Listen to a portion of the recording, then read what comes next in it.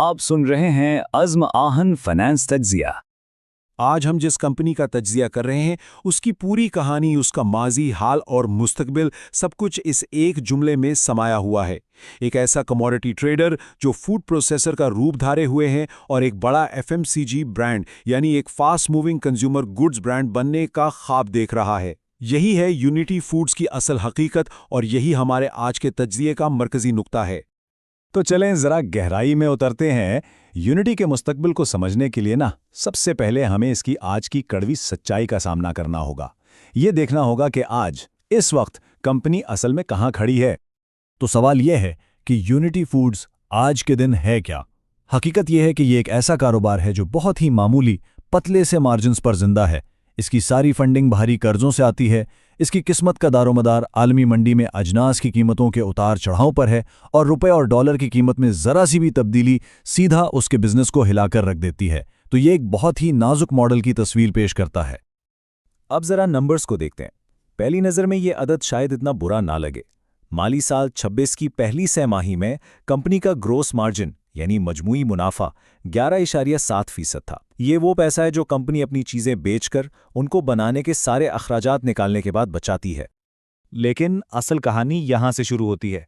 जब हम इस ग्रॉस मार्जिन में से बाकी तमाम खर्चे निकालते हैं, जैसे इंतज़ामी अखराजात, मार्केटिंग और सबसे बढ़कर कर्जों पर सूद की अदायगी, तो पीछे क्या बचता है? सिर्फ 1.02%। ये इंतहाई कम है। तो इसका मतलब क्या हुआ? मतलब बहुत सीधा और साफ है। इसका मतलब यह है कि बिजनेस जो कुछ भी कमा रहा है उसका तकरीबन सारा हिस्सा बैंकों को सूद की अदायगी में चला जाता है। दूसरे अल्फाज में ये कारोबार अपने शेयर होल्डर्स के लिए नहीं बल्कि बैंकों के लिए काम कर रहा है। यहां से कहानी एक बहुत दिलचस्प मोड़ लेती है।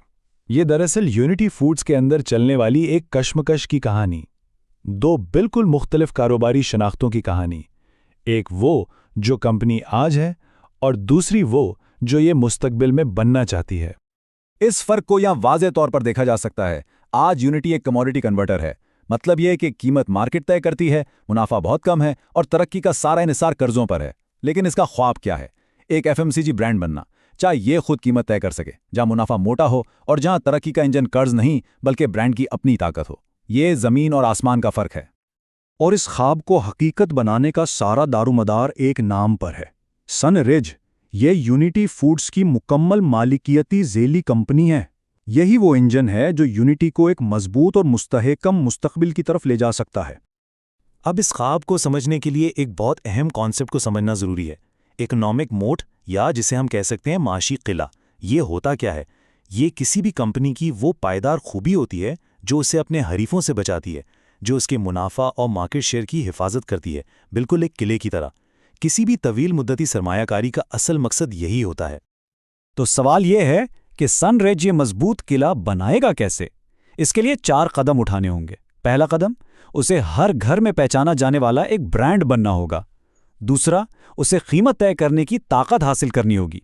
तीसरा, अपने मुनाफे को बढ़ाना होगा। और चौथा और शायद सबसे अहम कदम, कर्जों पर इन्हिसार को जड़ से खत्म करना होगा। लेकिन जैसा कि हर अच्छी कहानी में होता है, ये रास्ता फूलों की सेज नहीं है। इस रास्ते में बहुत बड़ी रुकावटें हैं, खास तौर पर माली मुश्किलात, जो यूनिटी की आज की हकीकत और उसके कल के ख्वाब के बीच में खड़ी हैं। जरा इस आदत पर गौर करें, 37 अरब रुपए से भी ज्यादा, और ये सिर्फ कलील मुद्दती कर्जे हैं।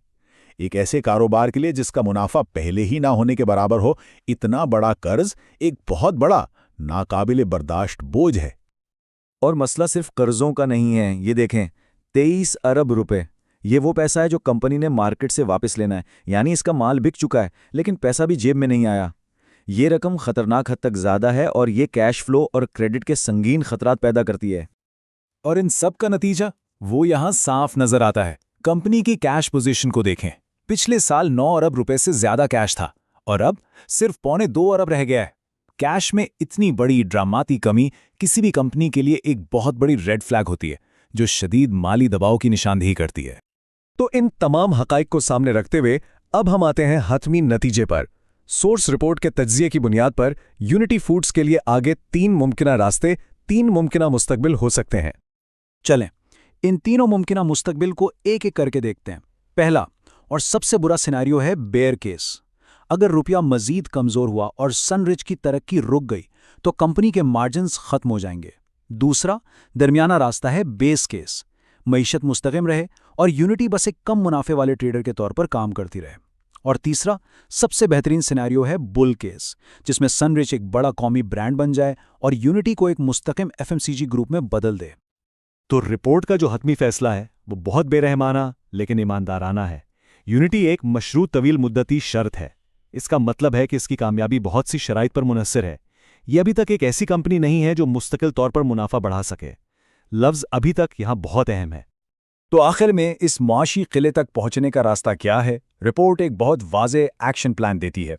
कंपनी को अपने कलील मुद्दती कर्जों में 30 से 40% कमी करनी होगी, अपने काबिल वसूल वाजिबात को 20 से 30% कम करना होगा, सिनरिज को एक कौमी पावर ब्रांड बनाना होगा, बरामदात को कुल आमदनी का 30% से ऊपर ले जाना होगा, ग्रॉस मार्जिन को 15 से 18% की सतह पर लाना होगा और सबसे अहम एक मुस्तहकम और मुस्बत कैश फ्लो हासिल करना होगा।